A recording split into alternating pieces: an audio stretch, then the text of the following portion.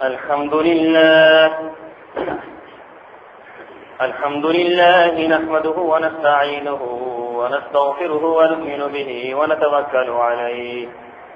ونعوذ بالله من شرور أنفسنا ومن سيئات أعمالنا من يهده الله فلا مضل له ومن يضلل فلا هادي له وأشهد أن لا إله إلا الله وحده لا شريك له وأشهد أن محمدا عبده ورسوله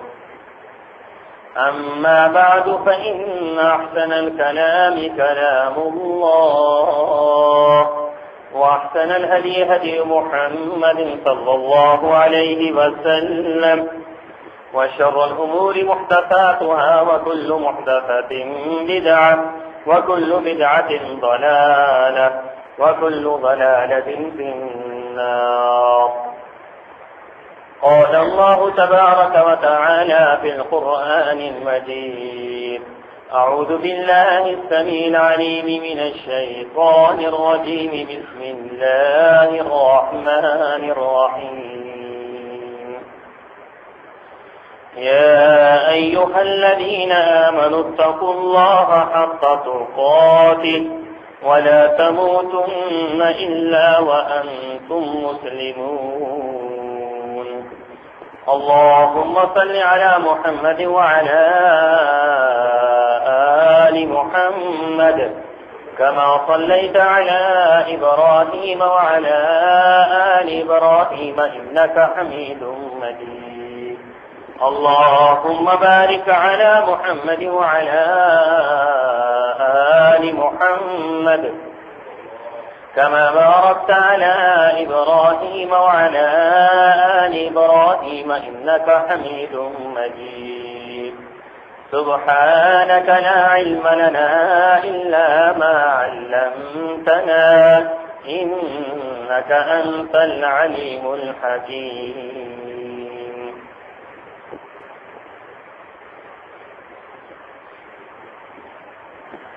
یا ایھا الذین آمنوا اتقوا اللہ، ایمان والو اللہ سے ڈرو،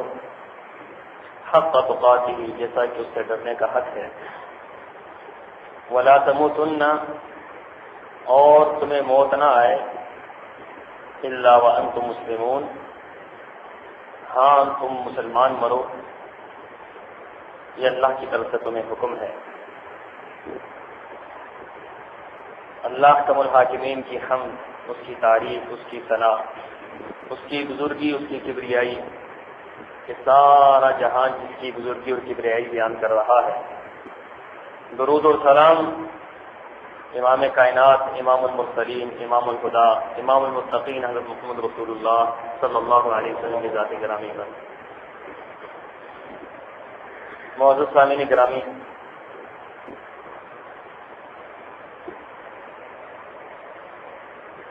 بعض لوگ جب پریشانیوں اور مصیبتوں کا شکار ہوتے ہیں تو پھر وہ سہارا تلاش کرتے ہیں اس سے نکلنے کا۔ اب جب وہ سہارا تلاش کرتے ہیں تو اس بات سے قطع نظر کہ شریعت میں یہ چیز جائز ہے یا ناجائز، بعض لوگ اس کا شکار ہو جاتے ہیں کہ ہر وہ راستہ اختیار کرتے ہیں جس سے وہ مصیبت سے نکل جائے، اور اکثر ہوتا ایسے ہے کہ مصیبتوں سے نکلنے کے بجائے وہ مزید مصیبتوں میں پھنستے چلے جاتے ہیں، پریشانیوں سے نکلنے کے بجائے مزید پریشانیوں کا شکار ہو جاتے ہیں، مصائب سے نکلنے کے بجائے مصائب در مصائب کا شکار ہو جاتے ہیں۔ اس کی وجہ ایک بڑی یہ ہے کہ جب ہم مصیبتوں میں مبتلا ہوتے ہیں تو ہم اپنا حل شریعت کی روشنی میں تلاش نہیں کرتے۔ ہر مصیبت، ہر پریشانی کا حل شریعت میں موجود ہے، اور جب ہم شریعت کی روح سے اس کا علاج کریں گے تو وہ بعین ہی ہماری دنیا کے معاملات کے لیے بھی اور اخروی معاملات کے لیے بھی بہتر ہوگا۔ اور اگر اس سے ہٹ کے ہم اس کا کوئی علاج تجویز کریں گے تو ہماری دنیا کا نظام بھی خراب ہوگا، آخرت بھی خراب ہو جائے گی۔ گزشتہ جمعے سے پہلے 4 جمعے میں نے آپ کو مختلف موضوعات پر یہ بات بتلائی تھی کہ شیطان انسان پر کس طرح حملہ آور ہوتا ہے، جادو کس طرح ہوتے ہیں، جنات کیا کرتے ہیں، اس کا علاج کیا ہے، یہ ساری باتیں میں نے بیان کی۔ ایک بات جو بڑی اہم تھی وہ میں نے بیان کرنی تھی، اس لیے خطبہ جمعہ کے اندر ایک اور موضوع درمیان میں آ گیا۔ ضروری سمجھتا ہوں کہ اس موضوع کو بیان کیا جائے تاکہ لوگوں کے ذہن اس بات سے صاف ہو جائے۔ آپ اکثر جانتے ہیں کہ لوگ تعویذ گنڈوں کا بڑا سہارا لیتے ہیں،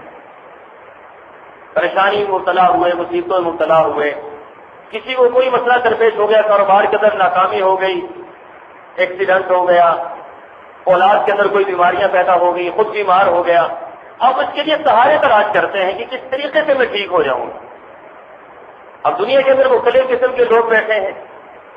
رسول اللہ صلی اللہ علیہ وسلم نے فرمایا کہ انسانوں میں بھی شیطان ہوتے ہیں، وہ انسانوں میں شیطان کی جو لوگوں کی رہنمائی غلط راستوں پر کرتے ہیں۔ آپ کسی صاحب سے ملاقات کرتے ہیں تو وہ آپ کی رہنمائی یہ کرتے ہیں کہ میں بھی بیمار ہوا تھا، مجھے بھی یہ پریشانی آئی تھی، اس مصیبت میں مبتلا ہوا تھا، تو میں نے سنا تھا تعویذ لیا میں ٹھیک ہو گیا، آپ بھی اس کے بعد چلے جائیں آپ ٹھیک ہو جائیں گے۔ اب یہ بیچارہ مصیبت سے نکلنے کے بجائے مصیبتوں میں پھنس جاتا، یہ شریعت کے خلاف پہلو پہ چلا جاتا۔ اس خطبہ جمعہ کے اندر ہم اس بات پر غور کریں گے کہ یہ جو تعویذ گنڈے ہیں شرعی طور پر ان کی کوئی حیثیت ہے یا کہ نہیں۔ آپ دیکھتے ہیں، آپ معاشرے کے اندر موجود ہیں،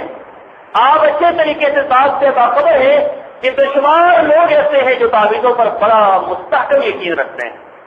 بے شمار لوگ ایسے ہیں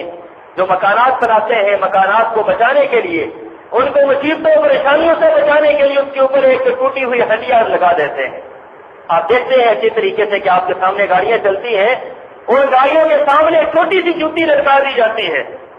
آپ دیکھتے ہیں آپ کے سامنے گاڑیاں چلتی ہیں، ان کے اوپر کالے کپڑے باندھ کیے جاتے ہیں۔ شاید آپ کو نہ پتا ہو کہ یہ کیوں ہوتا ہے، یہ باقاعدہ ایک عقیدہ اور نظریہ ہے کہ گاڑی کے اوپر جوتی ہو، جوتی بندھی ہوئی ہو گاڑی کے آگے تو گاڑی کے ایکسیڈنٹ نہیں ہوتا، گاڑی کے اوپر کالے کپڑے لٹکے ہوئے ہو تو وہ مصیبتوں کا شکار نہیں ہوتی، گھر کے اوپر ٹوٹی ہوئی ہڈیاں لٹکی ہوئی ہو تو گھر کے اوپر نظر نہیں لگتی، کسی انسان کے اوپر کالا دھاگا باندھا ہوا ہو یا تعویذ باندھا ہوا ہو تو اس کو نظر نہیں لگے گی۔ یہ ساری کی ساری باتیں شیطان نے معاشرے کے اندر پھیلا کر ایک بہت بڑا شرکیہ پہلو کھڑا کر دیا ہے۔ ضروری یہ ہے کہ ہر مسلمان کو آگاہی ہو کہ یہ باتیں جائز بھی ہیں یا کہ نہیں۔ یاد رکھے رسول اللہ صلی اللہ علیہ وسلم کے حدیث کی روشنی میں آپ نے حضرت علی رضی اللہ تعالی عنہ کو ایک خصوصی مشن پر روانہ فرمایا، اور وہ مشن بڑا عظیم مشن تھا۔ ہاتھ میں ایک جھنڈا دیا اور حضرت علی کو فرمایا علی جاؤ اور ایک بڑا مشن جس پر بھیج رہا ہو اس مشن کو تم نے پورا کرنا ہے۔ 2 باتیں آپ نے ارشاد فرمائی، فرمایا جاؤ دنیا کے اوپر چکر لگاؤ، پورے عرب کے اندر جا کر پھرو، جہاں کہیں بھی کوئی قبر پکی نظر آتی ہے، زمین سے اوپر نظر آتی ہے، وہ پکی قبر ہے، اس کے اوپر پکی اینٹیں لگی ہوئی ہیں، وہ پکی قبر بنائی گئی ہے، چاہے وہ مزار کی صورت میں ہو، چاہے وہ عمارت کی صورت میں ہو، چاہے وہ قبر کی صورت میں ہو۔ نبی پاک نے حضرت علی کو حکم دیا تھا جاؤ اس کو مٹا کر زمین کے ساتھ برابر کر دو۔ حضرت علی جھنڈا لے کر نکلے اور فرماتے ہیں کہ کئی دن مجھے لگے عرب کے اندر، میں پھرتا رہا، جہاں کہیں بھی اونچی قبر نظر آتی تھی اس کو زمین کے ساتھ برابر کر دیتا تھا، جہاں پکی قبر نظر آتی اس کو ملیا میل کر دیتا تھا، جہاں کوئی عمارت قبر نظر آتی اس عمارت کو گرا دیتا تھا۔ تو میں رسول اللہ صلی اللہ علیہ وسلم نے جو مشن مجھے سونپا اس مشن کو میں نے پورا کر دیا۔ آپ علیہ الصلوۃ والسلام نے دوسرا مشن آپ کو سونپا، فرمایا علی جاؤ اور جا کر دیکھو کہیں بھی کسی انسان کے گلے میں، کسی جانور کے گلے میں کوئی دھاگا نظر آئے، کوئی گھنٹی نظر آئے، کوئی تعویذ نظر آئے، کوئی گھنٹا نظر آئے، کوئی چیز نظر آئے، چاہے انسان کے گلے میں ہو چاہے جانور کے گلے میں ہو، اس کو اتار کر پھینک دو۔ فرمایا علی یہ بات یاد رکھو، جو شخص بھی کسی انسان کے گلے سے، کسی جانور کے گلے سے ایک تعویذ، ایک گنڈا، ایک دھاگا اتار کر پھینکے گا، کل اللہ تبارک و تعالیٰ کے ہاں اس کو جہنم سے آزادی نصیب ہو جائے گی۔ حضرت علی رضی اللہ تعالیٰ عنہ فرماتے ہیں اس مشن پر نکلا اور میں نے جہاں کہیں بھی میں ہر گھر کا دروازہ کھٹکھٹاتا تھا، ہر جانور کے گلا والوں میں جاتا تھا، جانوروں کے مویشیوں کے گلا والوں میں جاتا تھا، جانوروں کے گلوں میں دیکھتا تھا، جہاں کہیں بھی نظر آتی وہاں سے اس دھاگے کو توڑ دیتا، کسی